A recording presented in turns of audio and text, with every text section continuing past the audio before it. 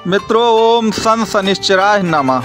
मित्रों, कहते हैं कि इंसान कर्म करने में तो मनमानी अपनी कर सकता है, लेकिन फल को भोगने में उसकी कोई मनमानी नहीं चलती। किन कर्मों का कैसा फल मिलेगा यह शनि महाराज ही तय करेंगे, और आपके राशि के स्वामी भी शनि महाराज हैं। और इस समय शनि महाराज क्या हैं, कुंभ राशि में चल रहे हैं। तो कुंभ का मतलब क्या होगा कि या तो वह आपकी लग्न में बैठे हैं, या तो आपकी राशि के प्रथम भाव में ही बैठे हैं, तो वह भी लग्न कहलाएगी। तो ये ज्योतिष का रूल आप याद रखिए कि कोई भी ग्रह अगर प्रथम भाव में आपके आ गए, चंद्र राशि में आ गए, चाहे लग्न में आ गए, तो याद रखिए वह हमेशा शुभ ही होते हैं। तो जो आपको डराया जाता है कि सन की 7.5, आप सन की 7.5 को बिल्कुल गोली मार दीजिए, उससे आपका कुछ नहीं बिगड़ने वाला है। अब यहाँ पर एक चीज़ याद रखिएगा कि सन की दृष्टियाँ 3 हैं। तो सन की जो प्रथम दृष्टि पड़ेगी वह आपके तृतीय भाव में पड़ेगी। तो तृतीय भाव जो है वह कुल मिलाकर के यात्राओं का होता है। तो आपको करना क्या है कि सन 2024 में अगर जो भी आप यात्राएं करेंगे उसका प्रतिफल आपको ज़रूर मिलेगा। अब कोई व्यक्ति कह सकता है कि मैंने तो यात्राएं की लेकिन प्रतिफल जल्दी नहीं मिला। देखिए, शनि का कोई भी प्रतिफल जल्दी नहीं मिला करता है, थोड़ा सा उसमें समय लगता है, लेकिन याद रखिए वो प्रतिफल सॉलिड होगा, ठोस होगा और 100% आपको लाभ करेगा। ये 100% तय है। और देखिए, तीसरा जो भाव होता है जहाँ तृतीय दृष्टि जाएगी आपकी शनिदेव की, वो याद रखिए वह एक प्रकार से रिस्क लेने का भी भाव होता है। तो जीवन में जब आदमी जोखिम लेता है ना कुछ, तभी वो बड़ा आदमी बनता है। तो शनि जो कुल मिला के आपकी कुंभ राशि है, उसके घड़े में आपके लिए अमृत ही अमृत है। लेकिन अगर आपने शनि के रूल्स को फॉलो नहीं किया तो उस घड़े में फिर कुछ और भी आपके लिए हो सकता है, वो जहर भी हो सकता है। तो आपको कुल मिलाकर के एक प्रकार से अमृत ही अमृत पाना है। और अमृत पाने के जितने भी रूल हैं वो मैं आपको इस वीडियो में स्पष्ट कर रहा हूं। तो आप इस वीडियो को अंतिम तक देखिए ज़रूर। और कुंडली से संबंधित या कुंभ राशि कुंभ लग्न से संबंधित आपका कोई भी प्रश्न हो तो नंबर दिया गया है, आप इसमें व्हाट्सएप भी कर सकते हैं, कॉल भी कर सकते हैं, लेकिन शुल्क लागू रहेगा और गंभीर लोग ही इसलिए कॉल करें। तो मित्रों, मैंने आपको जैसा बताया कि शनि जो है एक प्रकार से आपके तृतीय दृष्टि उसकी तृतीय भाव में जाएगी, और यहाँ पर रिस्क लेना है आपको थोड़ा सा कैलकुलेटेड, और यात्राओं से कभी परहेज नहीं करना। ये दोनों चीज़ें आपको लाभ देंगी और आपके लिए अमृत के समान होंगी। अब यहाँ पर जो मूल बात आपको ध्यान रखना है कि इस समय राहु देव आपके द्वितीय भाव पे चल रहे हैं, क्योंकि राहु मीन के हैं। अब द्वितीय भाव कुटुंबियों का है और वाणी का है, कुटुंबियों का है, वाणी का है। तो अगर कोई ज़मीन जायदाद का मसला है, कोर्ट केस का मसला है, लड़ाई झगड़े का मामला है कुटुंबियों से, तो यहाँ पर एक चीज़ याद रखिएगा कि थोड़ा सा बहुत ज़्यादा निर्भीकता मत दिखाइए।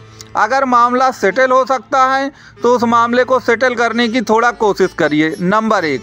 और अपनी वाणी को बहुत कर्कश मत ललाइए, क्योंकि देखिए राहु है, फिर जब वो जोश में आता है तो कुल मिलाकर आपकी वाणी से कुछ अनाप शनाप निकलेगा, जिससे संबंध जो हैं वह कुल मिलाकर बहुत तेज़ी से बिगड़ जाते हैं कुटुंबियों के साथ।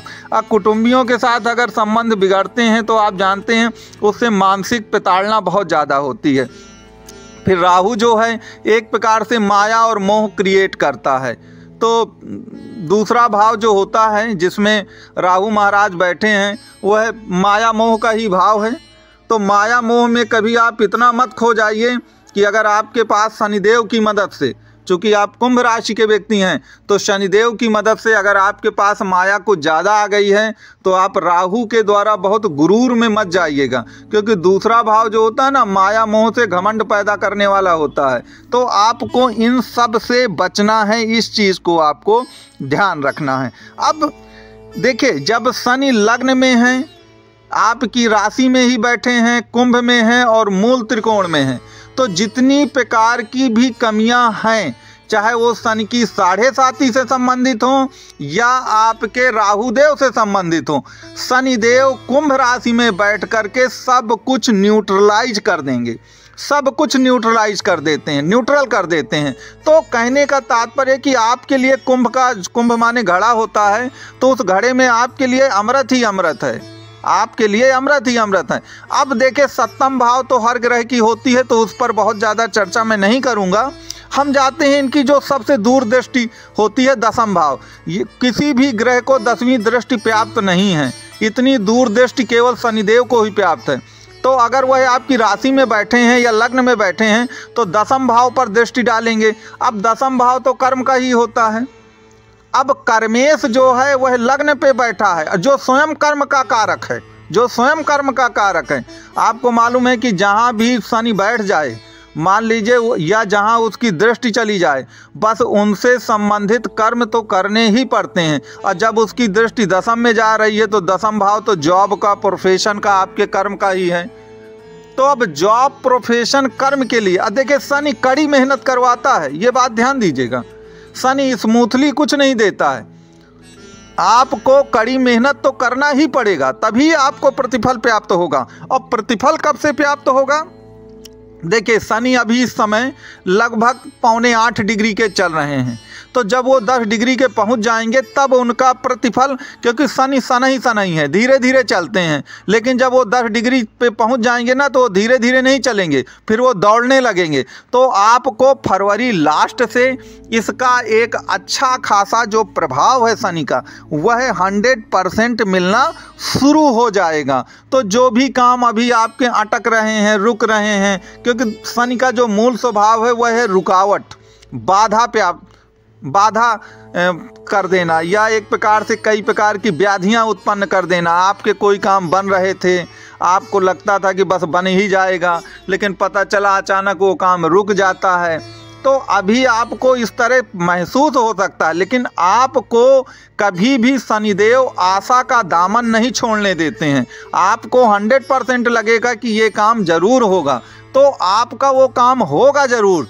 थोड़ा सा उसमें विलंब हो सकता है, क्योंकि विलंब करना ये उनकी एक प्रकार से शनिदेव का मूल स्वभाव में आता है। तो उससे आपको बहुत घबराना नहीं है, विलंब करने से बिल्कुल आपको घबराना नहीं है। तो 2024 हो चाहे 2025 हो, जो कुंभ राशि है, कुंभ का घड़ा है, उसमें आपके लिए अमृत ही अमृत है। केवल आपको शनिदेव के पद चिन्हों पर चलना है।